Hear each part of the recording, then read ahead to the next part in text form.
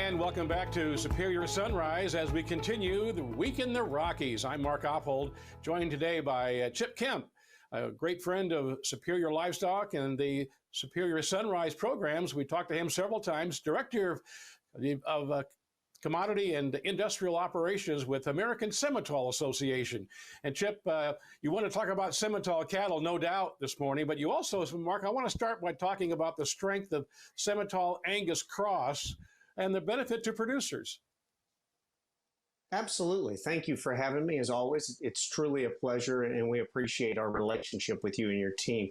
Yes, we know historically how strong the presence is of quality Angus genetics, but we also know in recent years how we've reminded ourselves the utility of responsible crossbreeding and heterosis. And so when we're looking for longevity-minded cows, Grandpa knew a good cross cow, she's going to outlast everything else. And we're seeing that a massive push in Simmental cattle on one side is to add longevity and durability and lower the cow cost. On the other side, as you all showed, if you look at the 2020 data from the big summer sales from Superior, our friends over at K-State did an analysis on those sales, and it was clear that also the industry is seeing the value of Sim Angus cattle on the terminal side. For example, not only is there nearly an 8-fold increase in Sim Angus cattle in the last number of years, actually, if you look at the value, Simmental Angus cross cattle along with Charolais cross cattle topped the summer sales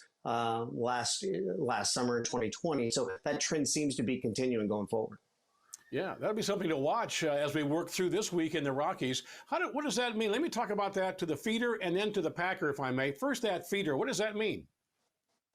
Well, absolutely. So for that feeder, we add some fitness, some toughness. Again, responsible cross cattle are just thriftier, more durable in the feed yard. At the same time as we're looking at these massive weights, those continental influence cattle, these Sim Angus cattle, they allow that feeder to have flexibility and push those cattle up to those, upper 15, 16 weights. And again, that's just whether we like it or not. We hear a lot of folks lament, well, I don't like that. Well, it really doesn't matter all that much what Chip likes or somebody else likes. The reality is that's where things are going. And these cattle allow them to marble well, stay lean, cut good. And then as you move on to the packer, another recent report out of Tri-County data that K-State pulled together showed that it's not even debatable. The most valuable carcasses over the lifetime of the Tri-County data set there in Iowa, along with, if you look at that data just over the last 5 to 6 years, the most valuable carcasses compared to all other breed types, Simmental influence carcasses. And that's going to come as a surprise to a lot of folks in the business.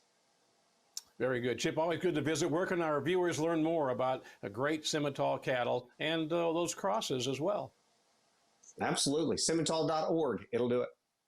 Very good. Hey, good to visit with you. Chip Kemp with the American Simmental Association. More Superior Sunrise from the Rockies coming up.